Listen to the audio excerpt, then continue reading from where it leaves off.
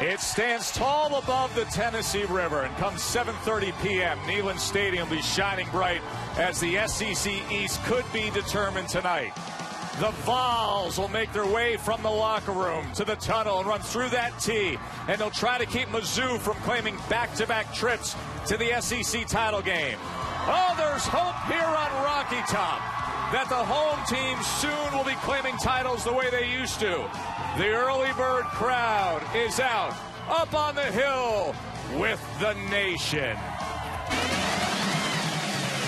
Take the party wherever we go.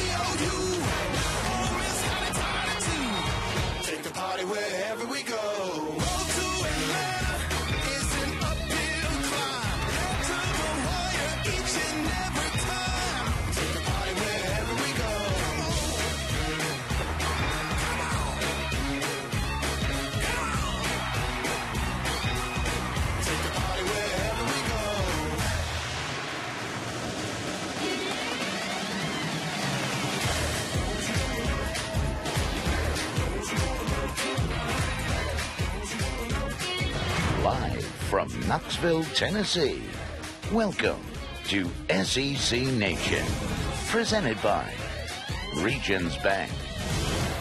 Oh, Rocky Top, Smoky, Vol for life, Peyton's alma mater, and Air Hall here on the hill. Beautiful Ayers Hall with a rowdy crowd up on the hill as we say, good morning, everybody, and welcome to the biggest and... what do we have here? What? They're ready to go here in Knoxville. Charlie, give me that again here. Marcus and Jimmy and Paul. And is that Kaylee with the crop cut? Yes, it is. Wow. Oh, my. Oh, wow. Welcome to SEC Nation. Wow. Good morning. What a way to Nation start. is ready to roar as we say hello. Joe Tessitore, Tim Tebow, Marcus Spears, and the one and only P-Town!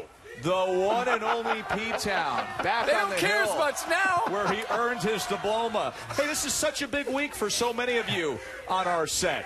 We had karaoke night.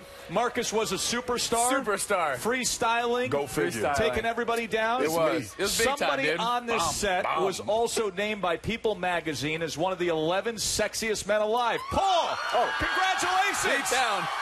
P-Town. Where you at? Oh, Paul! I knew it was going to be a big homecoming for you. I'm going to be on the senior list coming out next week.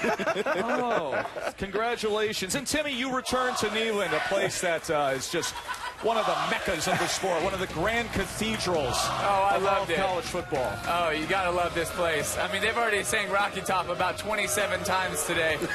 So this place is going to be rocking today. These fans are ready to go, and they have a good reason to be excited because their team's getting a whole lot better. Yeah, they are. You know, this is a place that's produced some greats through the years, not just on the football field, but in places like the Daily Beacon. The Daily Beacon, the student That's exactly newspaper. right, Joe Tess. Don't you always think about the Daily Beacon when you come to Tennessee Oh, and, my goodness. and have shots like that? Oh, Class of 78. You know, guys, since 78, I think that's when the swoop started. You might have been a trendsetter, P-Town. Starting the old Southern swoop. Now every fraternity guy in the South is doing it. That's me. We're going to have more on the genesis of the Southern swoop haircut a little later on as we visit back in the time machine with Paul Feinbaum here on Tennessee. Plus, Butch Jones is going to join us live right here. We will go through all the college football playoff scenarios and the impact on the SEC as well. 3 games looking at teams in the SEC East. Eastern Kentucky is at Florida. Will Muschamp's last home game. Charleston Southern at Georgia the week after Gurley's ACL tear. Of course, Nick Chubb's been tearing it up. But we'll talk about Georgia going forward. Of course, Georgia's rooting for Tennessee. Georgia needs Missouri to grab a loss. Remember, folks, Missouri controls things here. Missouri needs to win against Tennessee and then against next week against Arkansas, and it'll be Missouri playing for the SEC East. Georgia has finished conference play. They just need a Missouri loss. They're hoping Tennessee takes care of that. So here's the in-crowd on how the East will be won. This may be one of the only times in my life I'll say go Vols. Maybe we'll sing Rocky Top a time or two, so we'll definitely be pulling for them. Hopefully they'll get it done. You know, Tennessee is a very talented team, so is Missouri. It'll be a good game.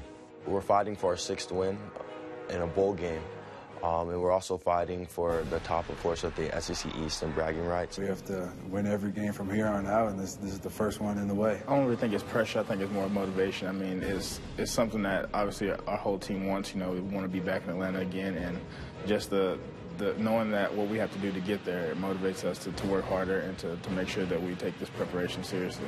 We've had an up and down season. We've had some success, and it's an opportunity for us to make a statement and get the program back to its rightful place. This Missouri team, Mizzou has won 9 straight road games. That's the longest streak in school history, going all the way back to 1980 when they won 9 straight road games. And think about what this says about Gary Pinkel, about Mizzou the last 2 years.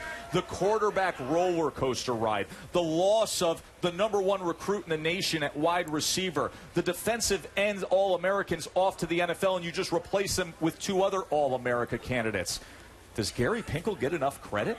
I don't think he does. I think the system that he has in place is a system and a formula for winning. And we don't talk about him as much as we talk about these other teams, but they seem to always lay in the weeds and be there at the end of the year. And it's another year where Gary Pinkel and Missouri are relevant when it comes to being in November and December. And we can't help but talk about them now because they're playing with the opportunity to play again in the SEC championship. And go back-to-back SEC championship games. That is huge. And we don't talk about Gary Pinkel enough and the job he does getting his team ready to play, especially on the road. 9 games in a row. That is huge. That's really hard to be able to do in the SEC, especially when you lose so much talent and you're bringing in young talent, a new quarterback, new defensive ends, and all new receivers. It's huge. Having said all that, Paul, has Missouri moved the respect meter much here? No. The disastrous first year, we all know about last year. And this year, I think we would be embracing them more, Joe. But they lost to Indiana, one of the worst teams in the Big Ten. And a lot of people in the media and out there in the fandom can't get over that. Well, significant news concerning Tennessee here this week as 2 Tennessee football players have been suspended from all team activities. Linebacker A.J. Johnson and quarterback Michael Williams. This past week, a female student claimed that she was sexually assaulted here on campus. Knoxville police are in the midst of an ongoing investigation. No charges have been filed. We will have much more on the Mizzou-Tennessee game coming up a little later on. The new college football playoff rankings were revealed this week. Jeff Long, who chairs that committee, he said Alabama is the most complete team, and they are ranked as such. #1 is Alabama. There are 4 SEC teams in the top 10. Auburn and Mizzou also in the top 25. So if the season ended today, Bama, Mississippi State, they are in. As for the SEC West, there is #1. They're taking on Western Carolina. Brent, Jesse, and Maria will have the call 4 Eastern on the ESPN SEC Network. Meanwhile, now number 4 Mississippi State. 7:30 Eastern against Vandy on the ESPN SEC network. And number 8 Ole Miss. This is a tricky one. They go to Fayetteville, where the Hogs, they broke through. Now they're looking to gain momentum and have a win streak, actually. That's the 3:30 game with Uncle Vern. Let's talk about that a little bit. Ole Miss at Arkansas is going to be on CBS. Ole Miss going up against an Arkansas team that now finds itself knocking on the door of a bowl berth, possibly. Been 3 weeks since Ole Miss played an SEC game. Remember, they had the non-conference game, they had the bye week, and then you go back to the devastating, heartbreaking loss to Auburn back on November 1st. Paul, is this the swing week for how Ole Miss's 2014 will be defined? I don't think there's any question, because if Ole Miss loses today and then has to limp into Oxford next week on the Egg Bowl and lose that game, I think it's all over. I mean, this was once the greatest year in Ole Miss history. Right now, it is on the brink.